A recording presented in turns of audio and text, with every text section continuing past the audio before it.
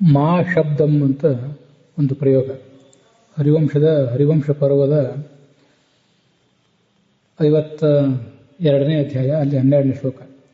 ತತಃ ಪ್ರಭಂಜನೋ ವಾಯು ಬ್ರಹ್ಮಣ ಸಾಧು ಚೋದಿತಃ ಮಾ ಶಬ್ದಮಿತಿ ಸರ್ವತ್ರ ಪ್ರಚಕ್ರಾಮ ಅಥ ತಾಂ ಪ್ರಭಾಂ ಅಂತ ಹೀಗೆ ಅದು ಶ್ಲೋಕ. ದೇವತೆಗಳೆಲ್ಲ ಸಭೆ ಸೇರಿದ ಪ್ರಸಂಗ ಅದು. ಚತುರ್ಮುಖ ಬ್ರಹ್ಮ ವಾಯುವಿಗೆ ಸೂಚನೆ ಕೊಟ್ಟ. ಆ ಪ್ರಕಾರ ವಾಯು ಶಬ್ದ ಮಾಡ್ತಾ ಇದ್ದಂಥ ಸಭೆಗೆ ಮಾ ಶಬ್ದಂ ಅಂತ ಹೇಳಿದೆ. ಅದಕ್ಕೆ ಯಾರೂ ಒಂದು ಶಬ್ದವನ್ನು ಮಾಡತಕ್ಕದ್ದಲ್ಲ ಅಂತ ಹೀಗ ಅರ್ಥ. ಎಲ್ಲರೂ ಮೌನವಾಗಿರಬೇಕು ಅಂತ.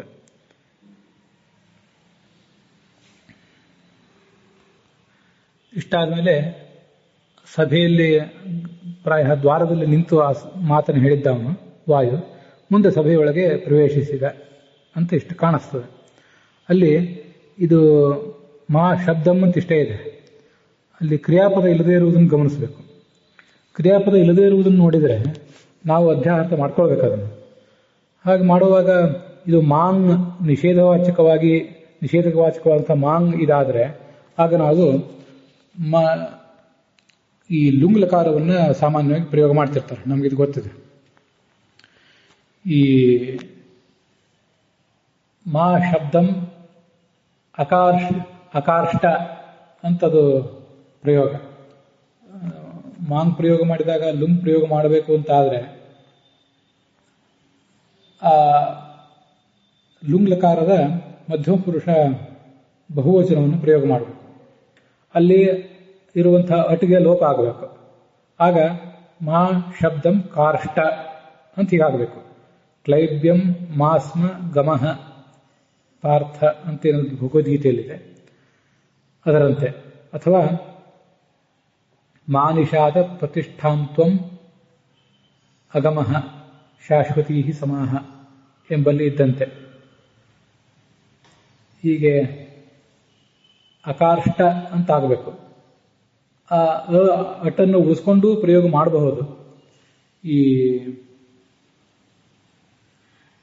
ವಾಲ್ಮೀಕಿ ರಾಮಾಯಣದ ಮೊದಲನೇ ಶ್ಲೋಕ ಕ್ಲೈಬ್ಯಂ ಮಾಸ್ಮ ಗಮಃ ಪಾರ್ಥ ಅನ್ನೋಲ್ಲಿ ನಾನು ಅದನ್ನೇ ಹೇಳಿದ್ದು. ಮಾ ನಿಷಾದ ಪ್ರತಿಷ್ಠಾಂತ್ವಂ ಗಮಃ ಅಂತಿಲ್ಲ, ಅಲ್ಲಿ ಅಗಮಃ ಅಂತಲೇ ಇದೆ. ಅದನ್ನು ನಾವು ಗಮನಿಸಬೇಕಾದಂಥ ಸಂಗತಿ ಅದು.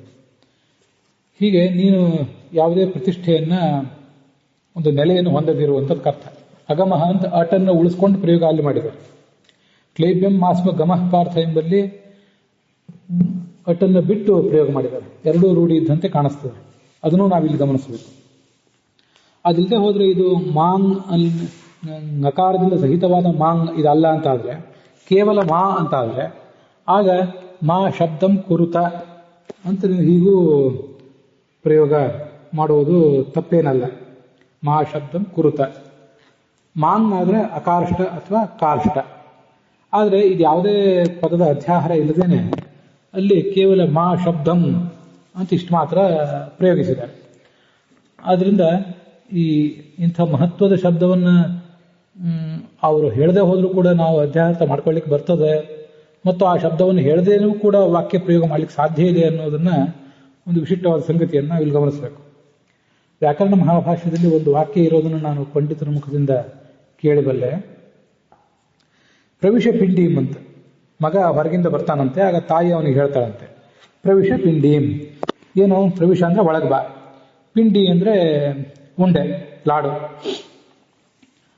ಒಳಗೆ ಬಾ, ಬಾ ಉಂಡಿ ಅಂತ ಇಷ್ಟ ಅರ್ಥ ಅದಕ್ಕೆ, ಅಥವಾ ಲಾಡು ಅಂತ ಅರ್ಥ, ಉಂಡೆ ಅಂತ ಅರ್ಥ.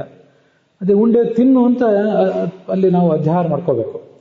ಕೆಲವು ಕಡೆ ಕರ್ಮವನ್ನು ಹೇಳ್ತಿರ್ತಾರೆ. ಬಾಗಿಲು ಬಾಗಿಲು ಅಂದರೆ ಬಾಗಿಲನ್ನು ಹಾಕಿರಿ ಅಥವಾ ತೆಗೀರಿ ಅಂತ ಅರ್ಥ. ಅಲ್ಲಿ ಕ್ರಿಯಾಪದವನ್ನು ಅಧ್ಯಾಹಾರ ಮಾಡ್ಕೊಳ್ತೀವಿ. ಇಲ್ಲಿ ಕರ್ಮವನ್ನೇ ಅಧ್ಯಾಹಾರ ಮಾಡ್ಕೊಳ್ಬೇಕು. ಇಲ್ಲಿ ಕೂಡ ಕ್ರಿಯಾಪದವನ್ನು ಅಧ್ಯಾಹಾರ ಮಾಡ್ಕೋಬೇಕು. ನಾನು ಹೇಳೋ ಸ್ವಲ್ಪ ವ್ಯತ್ಯಾಸ ಮಾಡಿದೆ. ಬಾಗಿಲು ಬಾಗಿಲು ಅಂತ ಹೇಳಿದಾಗ ಅಲ್ಲಿ ಹಾಕಬೇಕು ಅಂತ ಕ್ರಿಯಾಪದವನ್ನು ಹೀಗೆ ಅಧ್ಯಾಹಾರ ಮಾಡ್ತಾರೆ. ಹಾಗೆ ಪ್ರವೇಶ ಪಿಂಡೀಂ ಅಂತ ಹೇಳಿದಾಗ ಪಿಂಡೀಂ ಉಂಡಿಯನ್ನು ಅಥವಾ ಉಂಡೆಯನ್ನು, ಲಾಡುವನ್ನು ಭಕ್ಷಯ ತಿನ್ನು ಅಂತ ಹೀಗೆ ಕ್ರಿಯಾಪದವನ್ನು ಅಧ್ಯಾಹಾರ ಮಾಡ್ಕೋಬೇಕು. ಈ ಥರ ಕ್ರಿಯಾಪದವನ್ನು ಅಧ್ಯಾಹಾರ ಮಾಡ್ಕೊಳ್ಳುವುದು ಬೇರೆ ಬೇರೆ ಕಡೆ ಎಲ್ಲ ನಮಗೆಲ್ಲ ರೂಢಿಯಲ್ಲಿದ್ದೇ ಇದೆ. ಹಾಗೆ ಇಲ್ಲೂ ಕೂಡ ಮಾ ಶಬ್ದಂ ಕುರುತ ಅಥವಾ ಕಾರ್ಷ್ಟ ಅಥವಾ ಅಕಾರಷ್ಟ ಅಂತ ಹೀಗೆ ಪ್ರಯೋಗ ಮಾಡಬಹುದು. ನಾವು ಇದನ್ನು ಬಳಕೆಯಲ್ಲಿ ತರಬೇಕಾದದ್ದು. ಸಾಮಾನ್ಯ ವ್ಯವಹಾರದಲ್ಲಿ ಸದ್ದು ಅಂತ ಇಷ್ಟೇ ಹೇಳ್ತಿರ್ತಾರೆ. ಸದ್ದು ಅಂತ ಹೇಳಿದ್ಕೊಳ್ಳಿ ಮಾಡಬೇಡಿ ಅರ್ಥ. ಸದ್ದು ಅಂತ ಜೋರಾಗಿ ಒಂದು ಬಾರಿ ಅಪ್ಪಳಿಸಿ ಹೇಳಿದಾಗ ಅದು ನಮಗೆ ಸದ್ದು ಅಂತ ಅನ್ನೋದರಿಂದ ಸದ್ದನ್ನು ಮಾಡಬಾರದು ಅಂತ ಎಲ್ರಿಗೂ ಗೊತ್ತಾಗ್ಬಿಡ್ತದೆ. ಅದರಂತೆ ಇಲ್ಲೂ ಕೂಡ ಮಾ ಶಬ್ದಂ ಅನ್ನೋದರಿಂದ ನಾವು ಕ್ರಿಯಾಪದವನ್ನು ಅಧ್ಯಾಹಾರ ಮಾಡ್ಕೊಳ್ಬೇಕಾದಂಥ ಒಂದು ತುಂಬ ಸುಂದರವಾದಂಥ ಪ್ರಯೋಗ ಇದು ಅಂತ ನನ್ನ ಆಲೋಚನೆ.